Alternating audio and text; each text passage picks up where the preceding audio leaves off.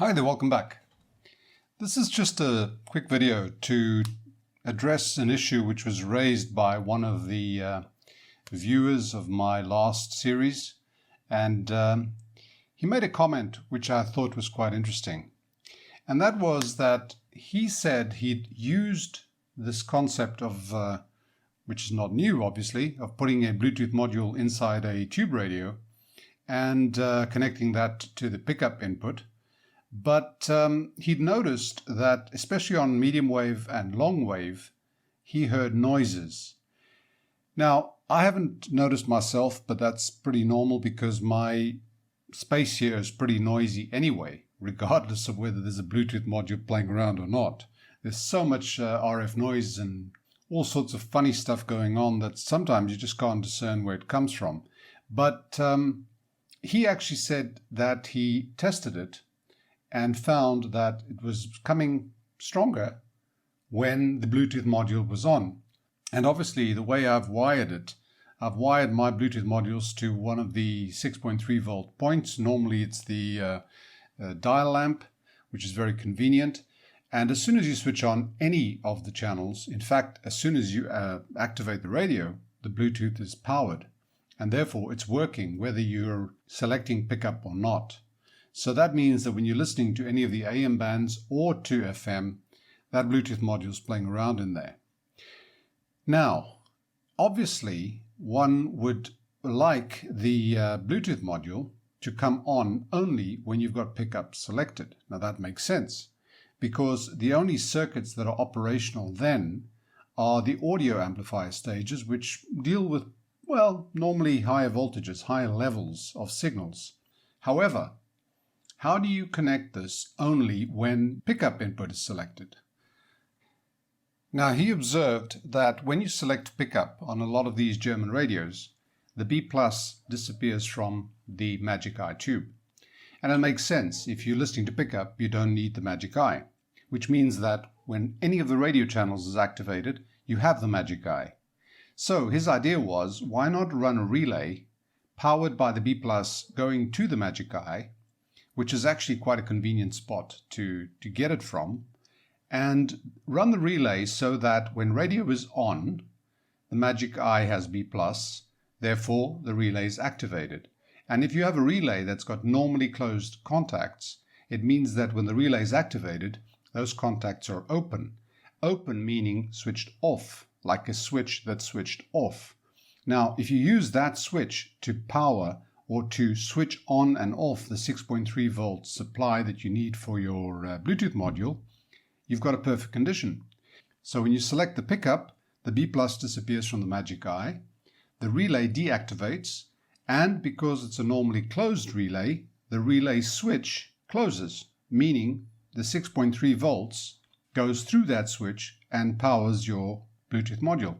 Simple and brilliant. I love that idea. The only problem he found was when he tested this, it worked well, and it had one other benefit, and that is that when you activate pickup, the Bluetooth module switches on and it does the normal chime and welcome and tells you that it's connected to Bluetooth, which is great. The problem was that the relay he used was a high voltage relay, 220 volts, and it drew about 20 milliamps from the B+, which is a heck of a lot of current at that level.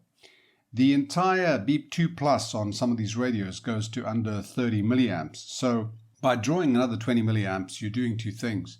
One is you're creating a very big voltage drop, a bigger voltage drop from the B1+ to the B2+. And in this case, I think it worked out at about 20 volts drop, which he observed. And the other thing is that you're stressing the transformer. These transformers produce 80, 70, less than 100 milliamps. So if you add another 20 milliamps to that, you're stressing it quite a bit. So the idea was use the same concept, but don't draw current or high current from that point. And this is where this thinking got going, and this is where this idea came in. If we look at what we need, we have something here that has B+ or B2+ coming from the Magic Eye, and it's also got 6.3 volts that it's switching on and off. going to the Bluetooth module. So 6.3 volts comes in, goes through a switch, a relay switch, and is fed to the Bluetooth module. This B plus has to activate a relay that does two things. When B plus is there, the switch is open. When B plus goes away, the switch closes. So a normally closed relay. The other thing you need here is you need ground, obviously. And the other thing you need to the Bluetooth module is you need ground as well. Now here we have an added advantage that we've got all these signals in the actual Magic Eye. In the socket of the Magic Eye, we've got B+, the B2+, we've got 6.3 volt heater supply, and we've got the ground from the heater supply as well. So we can actually do this whole thing by the socket of the Magic Eye tube, which is pretty convenient. And then all it does is it sends off a 6.3 volt signal, which you can send with ground or without ground. I prefer to use with ground. So the entire module supply comes from this whatever you do here. And the way I thought about this was, if we use B plus from the Magic Eye, and we want to draw very little current from it, and we wanted to switch on a relay, it's pretty simple to do. We have B2 plus, call it 220 volts. And if you take that and you pass it through a potential divider, two resistors, to ground, by the way, ground also from the socket of the Magic Eye. And if we take this point here and we want to drive a switch in the form of a transistor,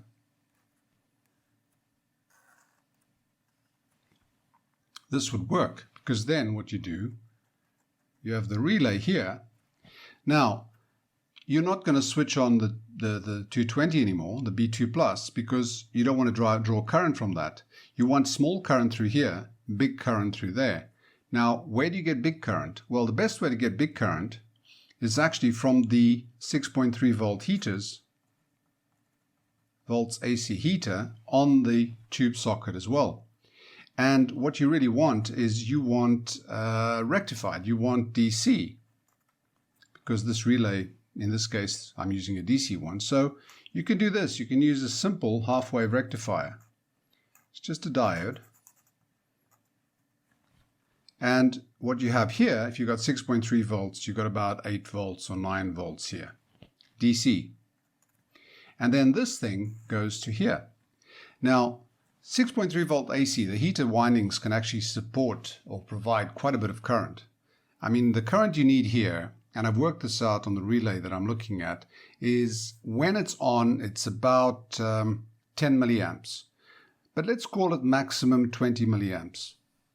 Okay, that's the current you're going to use there, you're going to need there. The maximum of 20 milliamps. Now, if you've got 20 milliamps and you've got a transistor here, which has a gain of, say, 200, that's like 0.1 milliamps going through there. Very small current going through there. So what happens here is, to switch this on, you need more than 0.7 volts. Let's make this 2.2 volts, like 1%. So if this is a 2K2 and this is a 220K, what do you get here? Well, you got 1/100th, really. So you got about 2.2 volts here. Okay, you got approximately 1%. 2.2K, it's 1 divided by 101, but call it 1%. So you got plus 2.2 volts here when there is B plus over there. So B plus is there, 2.2 volts over here. This thing, when it switches on, causes 0.7 over there. So 2.2 minus 0.7 is 1.5. If you put a 10K resistor on here, that'll switch that thing on perfectly well. It's like biasing a transistor. You need so much current through the base current, so you make sure you've got about 10 times more going down here than you've got going that way. And what you have going down here, by the way, is approximately 1 milliamp. And you can afford to get rid of one, or draw 1 milliamp from the B2 plus without a problem. So you've got 1 milliamp down here. You have very small amount actually deviates to the base, switches that on, and whatever current the relay requires is fed through the transistor. Now, what transistor do you use? Well, I've actually used a BC237 because I have them. It's a general purpose NPN transistor. It has a maximum current of, I think, 800 milliamps. Now, you'll never need that much, but it's pretty robust. And the relay I'm using here is a 12 volts. I've actually got a 12 volts relay. You should use a 5 or 7, or actually you should use a 9 volt relay. But I found that 8 volts DC switches that on pretty well. And obviously across the relay you need your flyback diode just to get rid of reverse EMF when you switch off. So that's a normal 1N4007. That there's a 1N4007 as well. So, and then here you've got your relay contacts, which are normally closed. And you want to use that to switch on 6.3 volts, normally closed. Now, the way to do that is you're going to have whatever you want 6.3 volts AC coming out of here. You want the continuation of ground over here to supply your Bluetooth module. So where do you get that? Well, you can simply get it from here. Bypass that rectification and your circuit is over here. And that's basically all it is. You take 3 points from your socket of the Magic Eye tube. And in this particular case, it's an EM84 that we're using. And 4 and 5 are, I think it's ground 6.3. You have to check. One of them is ground, the other one is 6.3. You just check which one it is. Make sure you don't get that wrong. It actually shouldn't be a problem if it's wrong, but it's better to get it right. One of these is normally ground. Just check that it's connected to chassis. And then the B plus will be on pin 6. In this particular case, pin 6 is your B2 plus. So you take those 3 points, you feed them in here, and what comes out is your supply to the Bluetooth module. And this thing works very, very well. I like it. I'll show you. I've just built up the circuit on the breadboard. It's very simple. We want high voltage to come in here, simulate B plus, about 220 volts, 200 volts, 220 volts over there. That'll be ground. I'll show you where this is connected to in a second. There's our ground. We want 6.3 volts AC coming into here, which is ground. That'll have a common ground. It has a common ground anyway on the tube socket. And we have the 6.3 volts positive supply rectified on here. Now I'm going to use DC voltage. I'm going to use 8 volts on here. And what we're going to measure across here, this is the relay contacts. We're going to measure whether it's open or closed with a multimeter. Okay, what this confusion represents is this. There's our circuit with our little relay. You can really use any relay that can be driven from whatever voltage you expect there, about 8 volts. It can actually be a 5 volt relay, it can be a 9 volt relay. This one I'm using is a Panasonic TQ2 12 volt relay. And I am producing or supplying 8 volts DC through to the positive of the coil and to ground. Now I'm doing that from the benchtop power supply. I don't need to do the rectification bit. That's just simple. This meter is measuring the resistance across the relay contacts. At the moment it's shorted effectively, almost 0 ohms. And I've activated the power supply. So we've now got the relay receiving its 8 volts and ground, but the transistor's off because that thing has got nothing on there. That thing there is measuring the voltage at the voltage divider point between the 2.2K resistor and the 220K resistor to ground. That's measuring that voltage. We expect about 2 volts over there. And this thing is it's actually the leakage tester that I built. And I'm using it simply as a high voltage supply because I need very little current. I need about 1 milliamp on here, and I can actually adjust the voltage slowly, and we can see what current is drawn over there. So let's see what happens when we use this thing as the B plus supplier. First of all, let's put it on. It starts off at 30 volts, very low.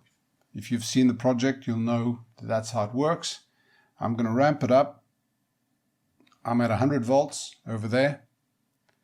And now I'm just going to start at 100 volts and I'm going to switch it on because there it's off. The meter will be set to 100 milliamps, so we probably won't see anything. You can just see something there. Let's put the meter on the 10 milliamp range. It's measuring very little, less than 1 milliamp at 100 volts. Now if I take this up further, I'm going to take it to 200 volts. It's at 200 volts, that's measuring 1.7, so just less than 1%. And what we have here now is our B plus is being supplied there. It's switching the transistor on, and because it's switching the transistor on, the normally closed contacts are actually open. Now if I just switch this off,